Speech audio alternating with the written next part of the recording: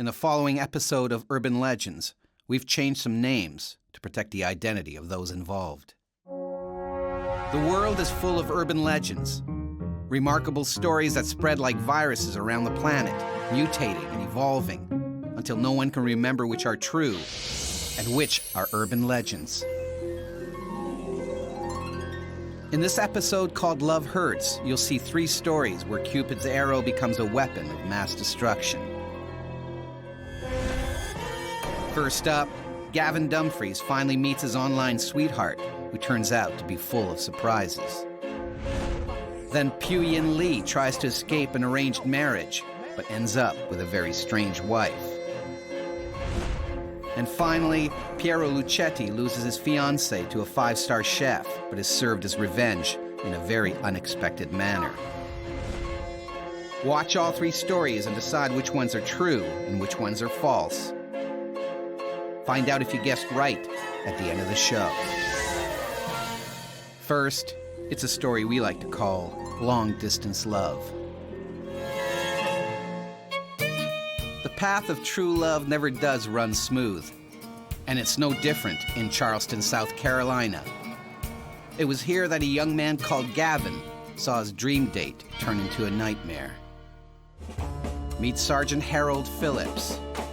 I honestly, after several years in law enforcement, have never heard of or seen something like this. And meet Mark Nickel, the first journalist to speak to Gavin after his experience. When I went to interview him, the story had only broken American media maybe a week before. In March 2000, young Brit Gavin Dumfries is messaging Winima Shumate, an American woman he met in an internet chat room. The process of getting to know her offered an escape, an adventure, a different lifestyle. At the time, the internet was this barely understood phenomenon, was opening up a world which he could not even have imagined. It was a transporter from his tiny world to what seems like the brave new world of South Carolina.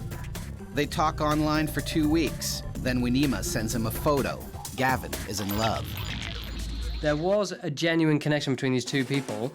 He has filled a hole in her life, and she has filled a hole in his. He's talking to the woman he thinks is the woman of his dreams. After 4 months of excited emails, Gavin saves enough cash for a ticket to visit Winima in South Carolina. He plans to stay a while, so he quits his dead-end job and heads to the airport. Suddenly, it was a big step and a long way to go. His expectations were higher than they've ever been in his life. There was going to be a new adventure with a new woman. It was a big thing for him. It was a life-making or breaking decision. Finally, it's time for Gavin to meet the girl of his dreams. And it's a big shock. Having spent months dreaming of this attractive blonde, to be confronted by the woman who is twice the weight, twice the age, not the 30-something beauty he's got to know online. You look just like I pictured you. At first, Gavin is angry and confused. Winima manages to persuade him. We have got close. I couldn't send you a picture of how I look now because I knew you wouldn't come, but I felt a certain way about you. Look, nothing's lost. You've paid for your ticket. You can reside at mine until you choose to return. It would be like a regular holiday, and at the end, he'd go back. Winima may not be the hottie Gavin pictured, but the connection he felt in their nightly emails persuades him to stay. He's not having the time of his life because his expectations were so high. But things are about to get even worse. Suddenly, there's a knock at the door. And our man, Gavin, is in for the shock of a lifetime. It's the police. Can I help you? They want to speak to Winima about her former lover, James O'Neill, who's been missing for months. As the police search the house, Winima unwisely enlists Gavin's help in avoiding the cops. She told Gavin she knew exactly where Mr. O'Neill was at. that he wasn't missing. And she begins to reveal the remarkable story of the gentleman she shared the property with. Gavin at first thought it was a complete joke. I mean, how could it possibly be true? But she was insistent. He wants to see it for himself.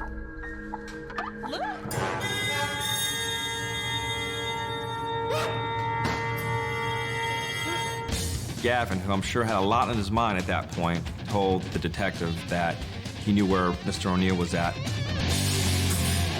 Gavin shows the cops what Wainema had shown him. Something I never thought in a million years that I'd see, but I most certainly did. James O'Neill is lying dead in Wainema's deep freeze. You just don't think you're gonna walk in somebody's house and find a person in their freezer. Without Gavin, we probably still would not know the whereabouts of Mr. O'Neill. Wainema is arrested, leaving Gavin heartbroken, alone, and 4,000 miles from home. So it really was the adventure of a lifetime. So is Wainema's attempt to keep love fresh the stone-cold truth, or just a frozen fraud? Find out at the end of the show. But first, check out this mini-myth. Mini-myth number 91. Burning love. Hannes Pisek of Austria has the fire of passion burning inside him, so he decides to make a grand gesture of love for his girlfriend. He lights 220 candles and arranges them on the floor of his apartment in the shape of a heart. Then he sets off to bring his sweetheart back to his romantic surprise. When they return, firefighters are valiantly trying to salvage what is left of Hannes's home.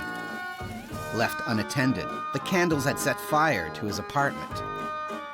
So, did this Pi Romeo really torch his own pad, or are we just blowing smoke?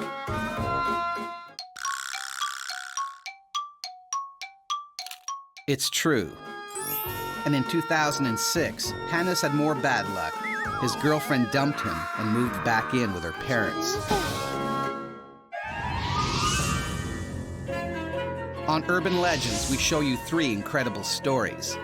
You must decide which ones are infallible facts and which ones are unfeasible fakes.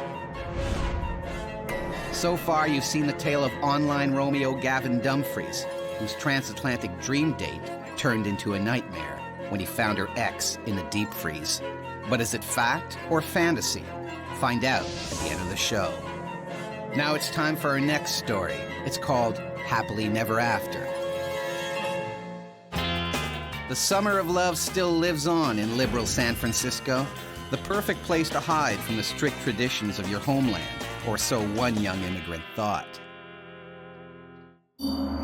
Meet Pugh Yin Lee. I wanted to travel. I wanted to learn more. I wanted a new life, so I left mainland China.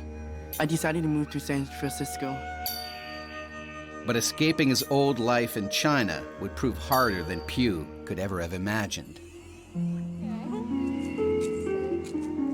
May 1999, Pugh and his girlfriend Lee seem like most teenage sweethearts. Lee and I met in high school, back in China, and dated for about 3 years. These young lovers shouldn't have a care in the world, but the relationship is far from rosy. She seemed to like me more than I liked her. There were no fireworks, there were no sparks. We were more like brothers and sisters. She wasn't the one for me. Unfortunately, he was the one for Lee's old-fashioned father, who has arranged for Pugh to make an honest woman of his daughter. Her father wanted me to marry her. I wasn't up for it. I was young. I was too young. Breaking tradition, hothead Pugh decides to escape Lee, her parents, and his arranged marriage. Mary, I'm not. No.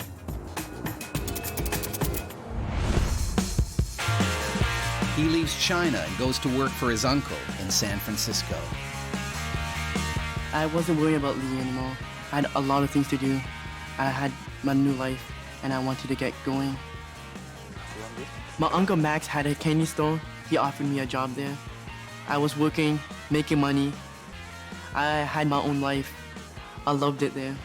It seems like Pugh is living the American dream. but it would soon become a nightmare. One day, my uncle told me he had important news. I knew it was about Lee. He brought me down to the storeroom. Sit down, sit down. Let me tell you something.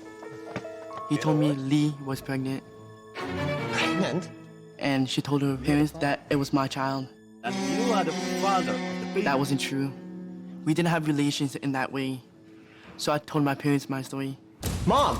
No, listen to My parents confronted Lee and insisted that she lied to her parents about it. With her lies exposed, Pugh decides to sever all ties with Lee once and for all. No, there's no way. I knew I didn't want to date Lee again. How can you date a girl that is gonna lie? I told her she could find another new guy.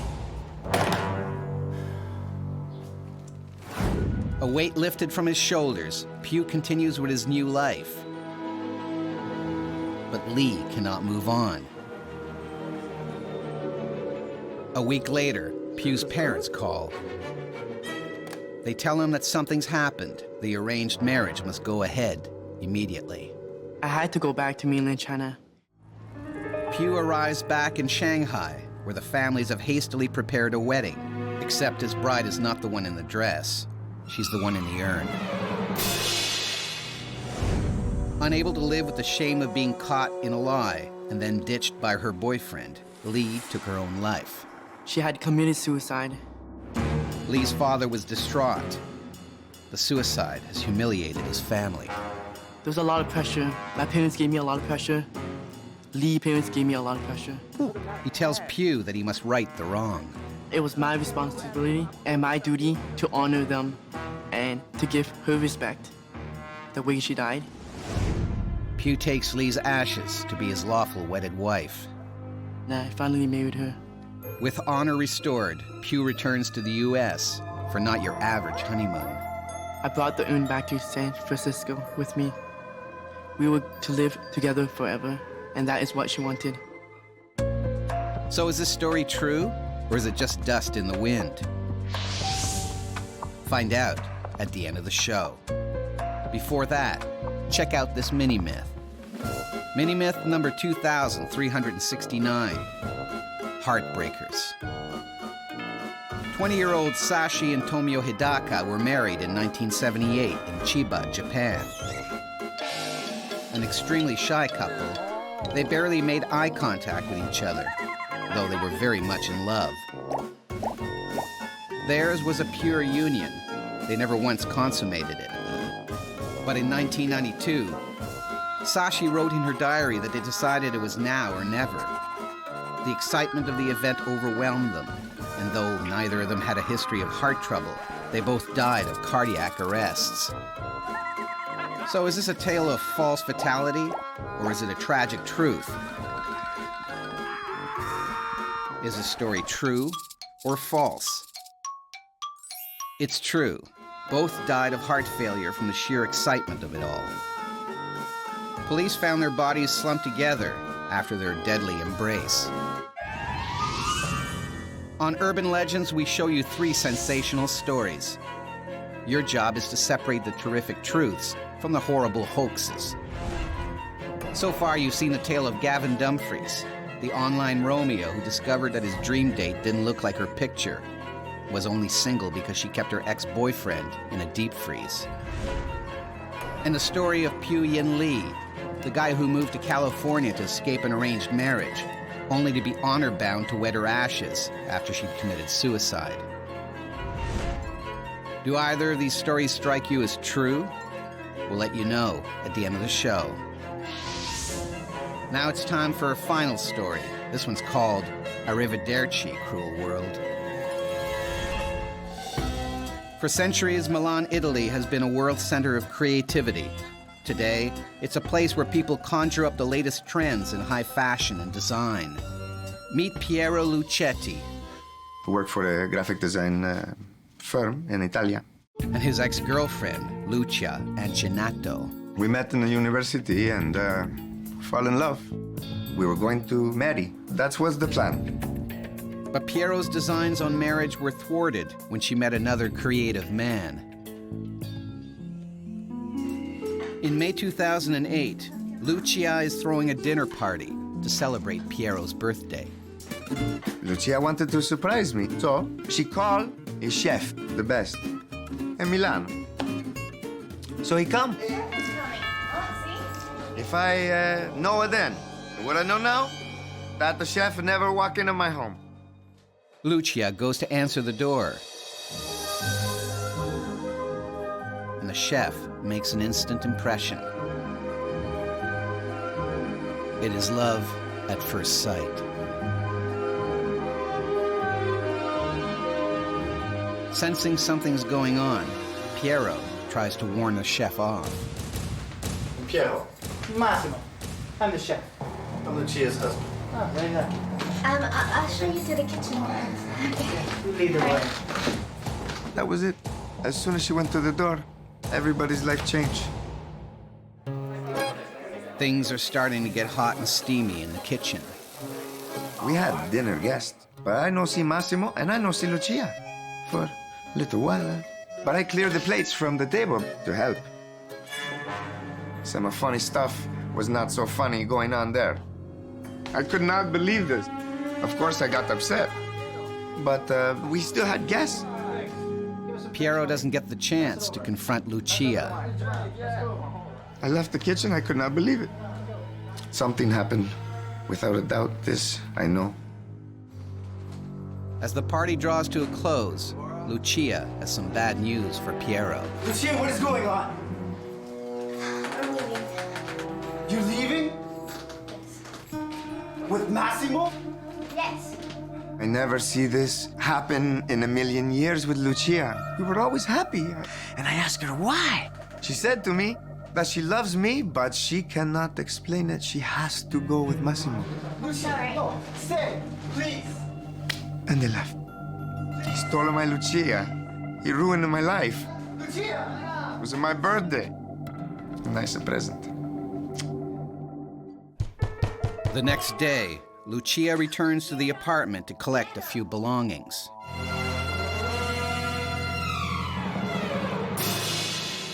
You stupid man. Distraught and alone, Piero has taken an overdose. I felt like I wanted to die, but I didn't really want to die.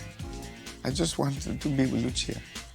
She's bleeding. Lucia calls an ambulance, but Piero's cry for help backfires. It didn't change anything. She still left with him again. First, the paramedics stabilize Piero's vital signs, and then they drive him to the hospital. The ambulance was racing through the city, you know, get me to the hospital. And then, I don't know, suddenly, boom, we hear something. I say, what's going on? What's going on? They jump out. They hit somebody. Somebody came out into traffic in front of the ambulance. The ambulance hit them and killed him instantly. They couldn't save him. And I look. I could not believe what I saw. I never believed this in a million years if it did not happen to me, huh? Massimo, that stole my fiancé. He's dead. After that, I started feeling a little better. After leaving Piero with the paramedics, Massimo and Lucia parted ways. Look out! But Chef Massimo is struck by the grille of Piero's speeding ambulance. After all of this experience, I believe karma. But I still don't get her back. La Lucia. Is this tale the truth, or is it just a sick story? You don't have to wait much longer to find out. All will be revealed after this final mini-myth. Mini-myth number 298. Weathering the storm. Roger and Michelle were lovers, but they were always fighting. They argued about everything from choosing a restaurant to changing the cat litter. Finally, Roger breaks up with Michelle and tells her to move out. Then Roger has to take a business trip to Australia and hopes Michelle will be gone when he returns. When he gets home, Michelle is gone, but Roger finds a $3,000 phone bill. The telephone company tells him that someone made a call to a 24-hour weather line in Australia. that lasted for a week. So is Roger really left on the hook for $3,000? Is it true or false? It's false. This tale of lovers' revenge has been around since the 1980s and appeared in the British comedy Only Fools and Horses in 1981.